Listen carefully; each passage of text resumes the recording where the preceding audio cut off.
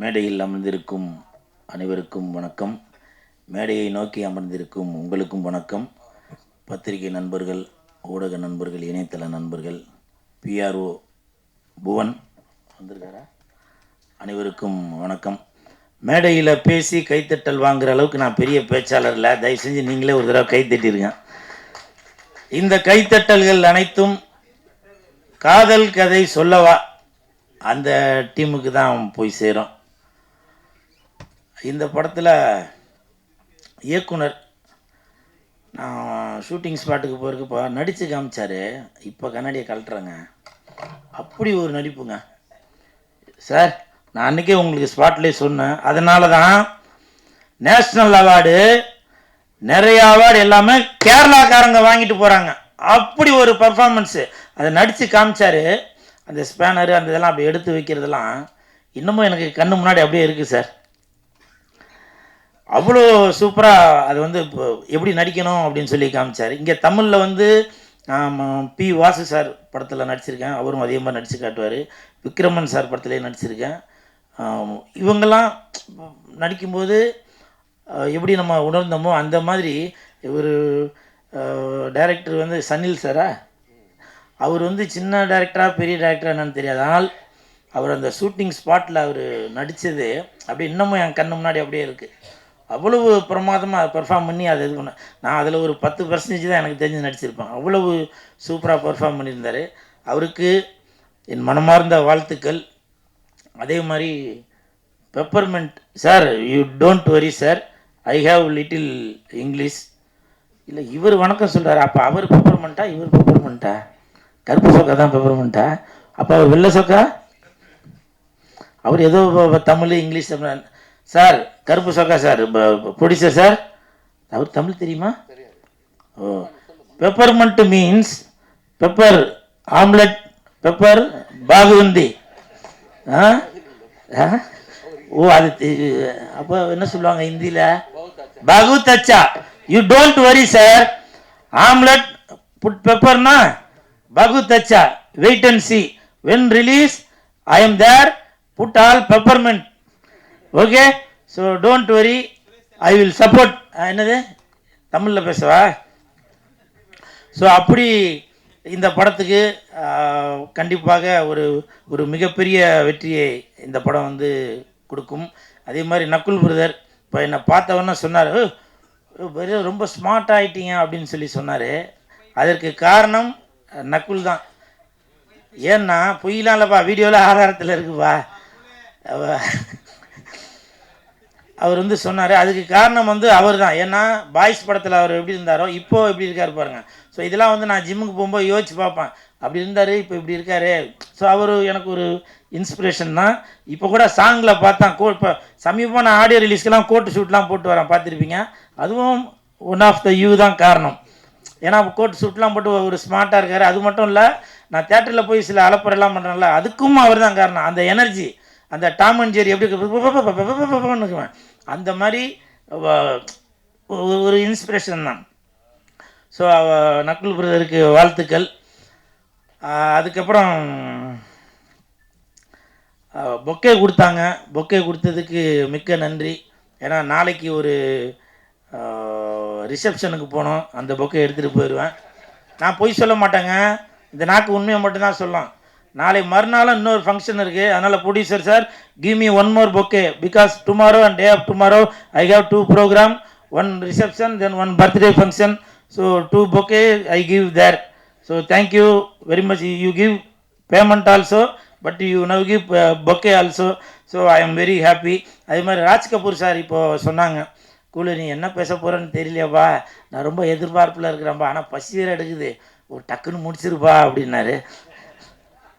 Sir உங்களுடைய சூழ்நிலையை கருதி நான் வந்து சீக்கிரமாக முடிச்சிடறேன் சார், சரிங்களா? ஏன்னா எப்போவுமே கூல் சுரேஷ் வந்து உங்களுக்காக வாழ்கிறவன் தான் கூல் சுரேஷ். கூல் சுரேஷ்காக கூல் சுரேஷ் வாழ்கிறதில்ல, ரசிகர்களுக்காக, டைரக்டருக்காக, இயக்குனருக்காக தான் வாழ்கிறவன் தான் இந்த கூல் சுரேஷ்.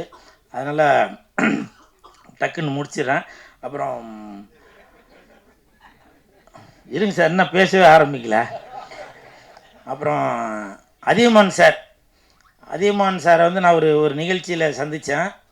அப்போ வந்து கூலு படத்தில் ஒரு கேரக்டர் ஒன்று இருக்குது, நான் ஒரு ஒரு ஒரு வாரத்தில் கூப்பிட்றேன் அப்படின்னா, அதே மாதிரி கரெக்டாக ஒரு வாரத்தில் கூப்பிட்டு காஸ்டியூம்லாம் அளவெடுக்கணும், சம்பளம்லாம் என்னென்னு பேசிக்கிங்கப்பா அப்படின்னு அது சொன்னார். அது எனக்கு வந்து ரொம்ப ஆச்சரியமாக போச்சு. ஏன்னா இப்போ கூட சரி நிறையா பேர் பார்த்துட்டு அக்குள்ளே நம்ம அந்த படத்தில் மீட் பண்ணுவோம், அப்படி மீட் பண்ணுவோம், அப்படி ஏதோ ஒன்று வாயில் சொல்லிட்டு போவோம். ஆனால் சொன்னதை கரெக்டாக அதை வந்து செயல்படுத்தியும் காட்டினார். இப்போ இந்த இடத்துல ஒரு எக்ஸாம்பிள் நடந்துச்சு. நான் நடந்து வந்தேன். அதியமான் சார் வந்து ஒரு ஒரு 5 சீட்டு தள்ளி உட்காந்துருந்தார். அவர் நான் போய் வணக்கம் சொன்னேன். அந்த 5 சீட்டு தள்ளி இருக்க அவர் எழுந்து இப்படி கை ஊற்றிட்டு உட்காராருங்க. இதுதாங்க மனுஷன்றது. ப்ளீஸ் ஒரு ஒரு கிளாப் கொடுங்களேன். இல்லை, இந்த பண்பு சொல்கிறேன். அதனால தான் அவர் இந்தி படத்தில் போய் சல்மான் கான், ஷாருக் கானை வச்சு கூட படம் எடுத்திருக்காருன்னு நினைக்கிறேன். அந்த பண்பு தான் இன்றைக்கி பாருங்க. நான் ஒரு சாதாரணமானவன், எனக்கு எழுந்து நின்றுலாம் கை கொடுக்கணும்னு அவசியம், ஹலோ அப்படின்னு சொல்லிட்டு போயிருக்கலாம்.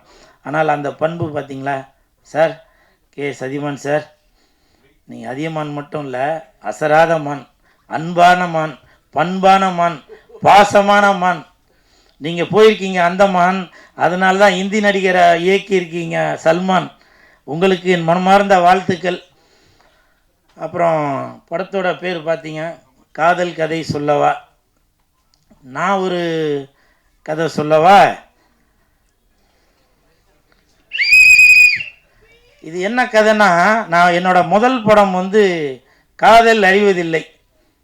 என் தலைவன் டிஆர் ஐயா அவர்கள் இயக்கி இசையமைத்த படம். அந்த படத்தில் வந்து ஒரு பாட்டு ஒன்று வரும், விரலை வச்சா விசில் வரும், கண்ணை செஞ்சா காதல் வரும், விரல் ஆ விசிலு அப்படின்னு ஒரு பாட்டு ஒன்று வரும். அப்போது என்னோடய பைக்கில் 2 கன்று வச்ச பைக் அது. ஒரு சைடில் வந்து விரல் விசிலு அப்படின்னு போட்டிருப்பேன், இந்த பக்கமும் கண்ணை செச்சா காதல் வரும் அப்படின்னு சொல்லி அது போட்டிருப்பேன். அது அந்த நேரம் அப்படி ஒரு பந்தாவாக அப்படி இது பண்ணிகிட்டு இருந்தேன். அந்த விசில் இப்போது விஜய் சாருக்கு கட்சியில் சின்னமாக இது கொடுத்துருக்காங்க. அவருக்கு மனமார்ந்த வாழ்த்துக்கள். இப்போ உங்களை பொறுத்த வரைக்கும் அது வந்து கட்சியில் சின்னமாக கொடுத்துருக்காங்க விஜய் சாருக்கு. இப்போ கூட நான் இந்த காதல் கதை சொல்லவா படத்தில் நான் ஒரு கதை தான் சொல்கிறேன். ஆடியோ ரிலீஸில் இதை கண்டிப்பாக சொல்லி ஆகணும்.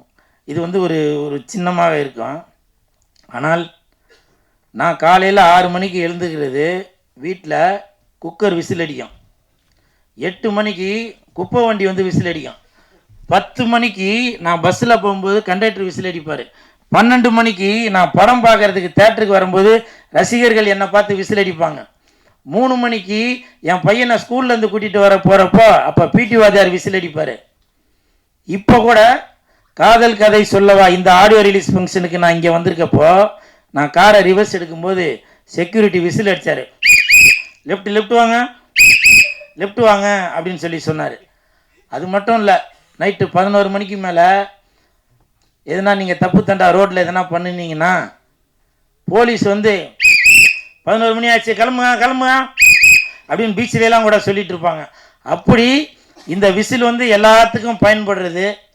இதை வச்சு நான் வந்து விஜய் சாரை வந்து ஏதோ மறைமுகமாக இதை சொல்கிறேன் அப்படின்னு. அவர் வந்து என்னோடய அண்ணன், சரிங்களா?